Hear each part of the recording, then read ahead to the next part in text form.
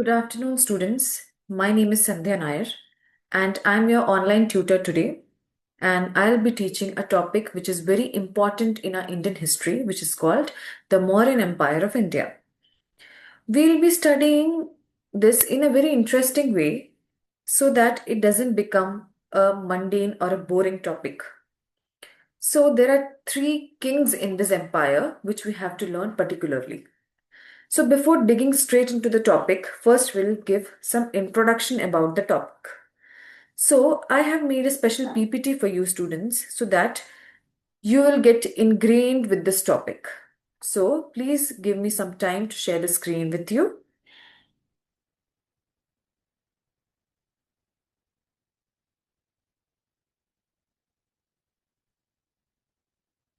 Yeah.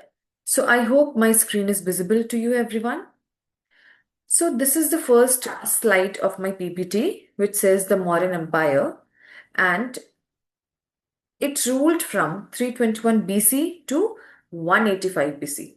So the dates and the year you have to remember, students. And there is a trick to learn all these things that I will tell you in the coming slides. So first thing you have to remember is, what is Mauryan Empire? How it came? And before Mauryan Empire, what all empires ruled in India? So this is the first India's greatest empire. This you have to remember. Now we'll go to the next slide. Yeah. So before Mauryan Empire, you will be wondering who has ruled India till then. So there were three dynasties before Mauryan Empire who ruled in India. First was the Haryanka dynasty, which ruled from 560 BC to 413 BC, as you can see in the picture. After that, Shishunaga dynasty came from 413 to 345 BC. After that, Nanda dynasty came from 345 to 321 BC. Post that, Mauryan dynasty came. So all these dynasties you have to learn. First one is Haryanka dynasty, the second one is Shishung dynasty, the third is Nanda dynasty, and the fourth one is Mauryan dynasty, which is the greatest dynasty.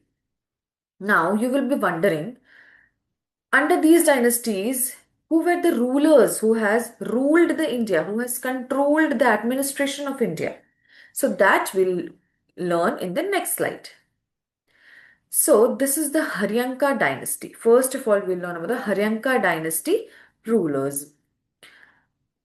These are the names of the rulers: Bimbisar, Ajatashatru, Udayabhadra. So these three major kings were there in the Haryanka dynasty, which you have to remember in the exam. Next dynasty which comes in the chronology, that is the Shishung dynasty. Whom all rulers were there? Shishung dynasty and Kalashuk. And post that, Nanda dynasty came, Mahapadmananda and Dhanananda. Dhanananda is related to the beginning of the Mauryan Empire. And how it began, that I'll tell you in the coming slides. See, this is one of the lifeline and chronology of Mauryan Empire, how it rose. This you can see in the picture. This is the picture of a butterfly, from a caterpillar to a butterfly life cycle. So this you can see is a fragmented India. What has happened is, before Mauryan Empire, there were rulers who were not strong. They were very fragile and weak.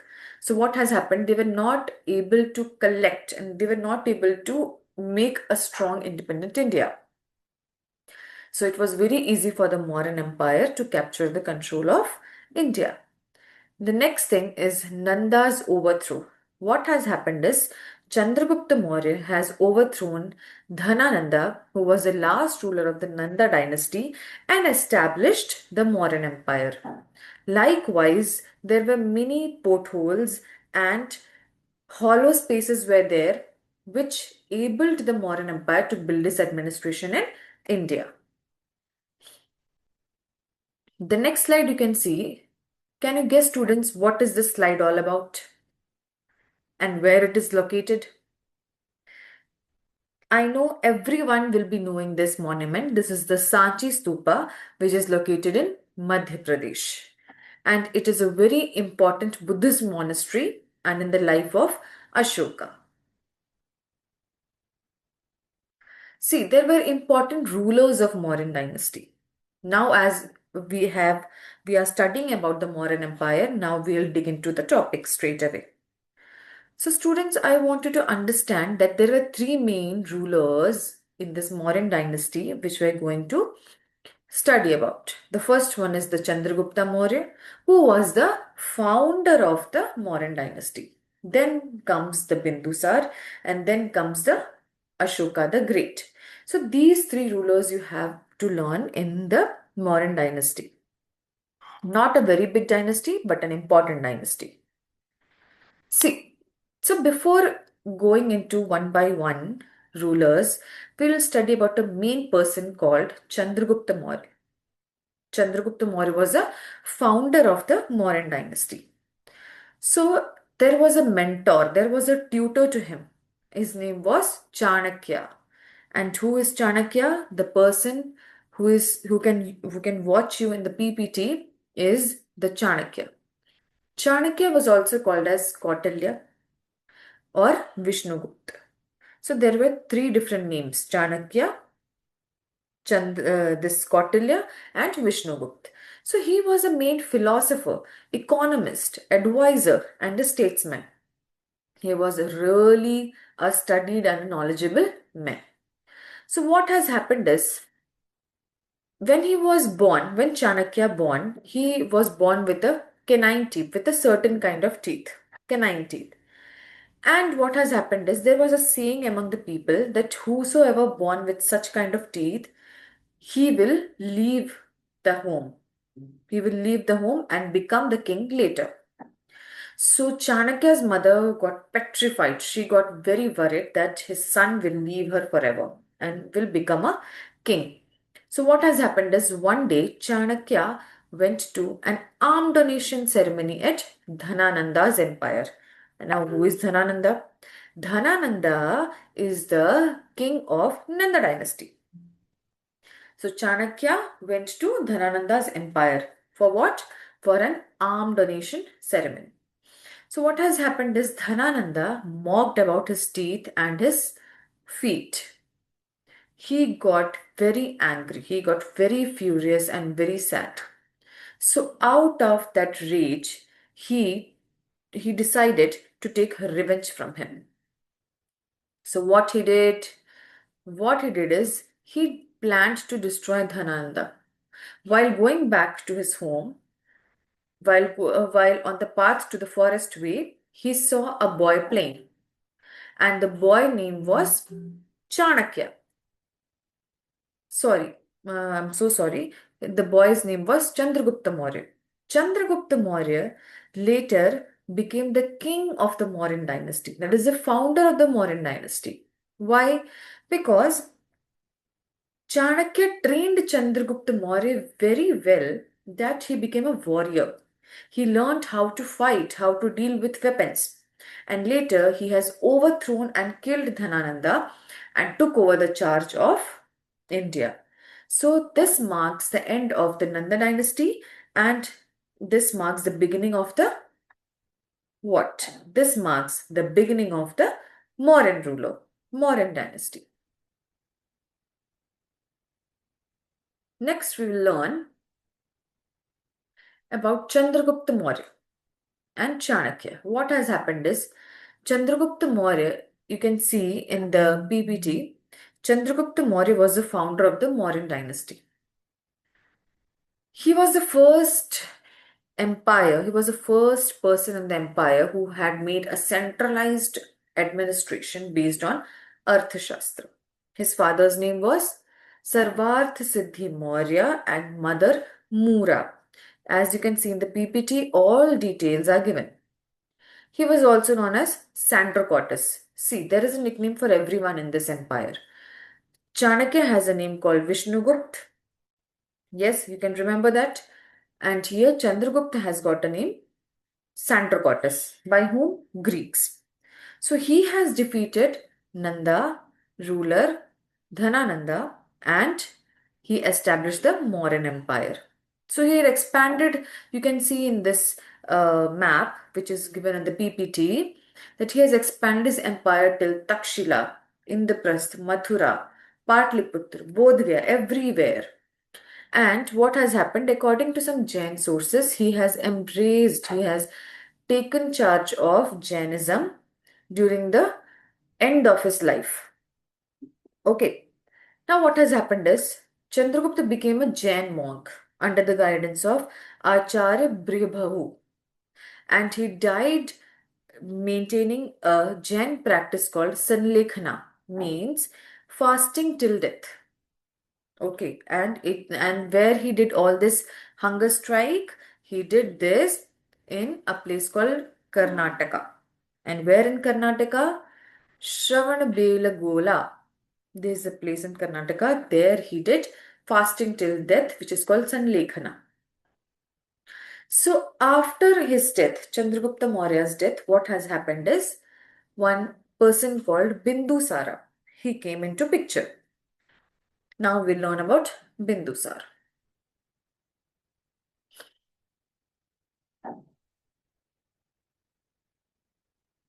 Yeah.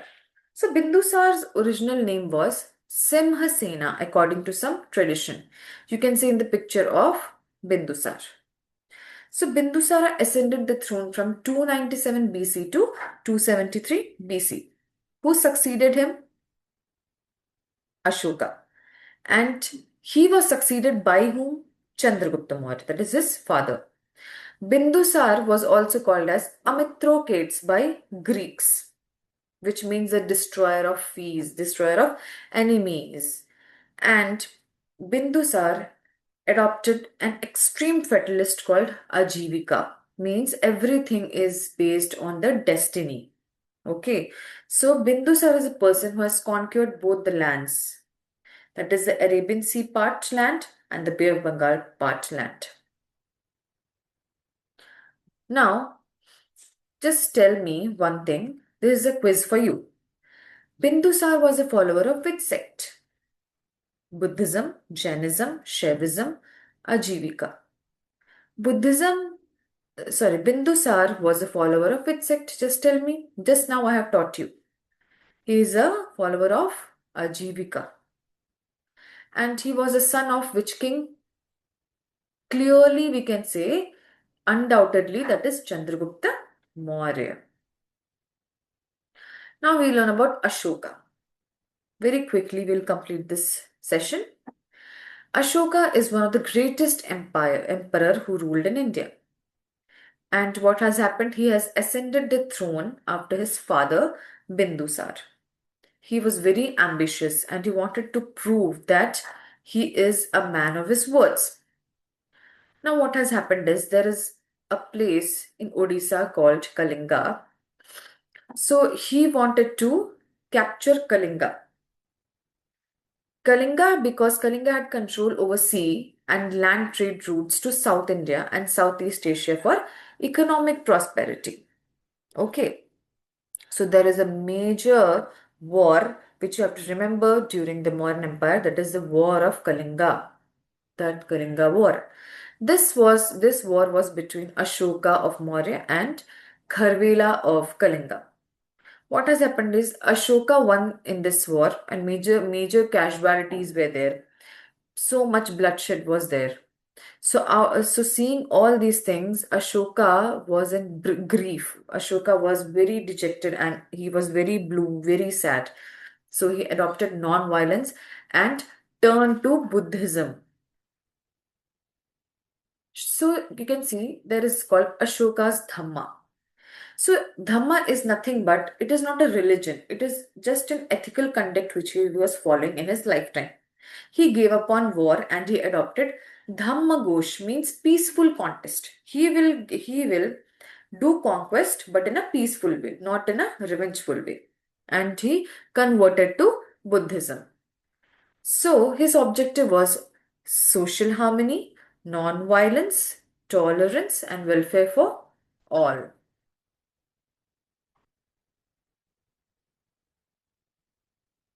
Now, we'll see Dharma Mahamatras.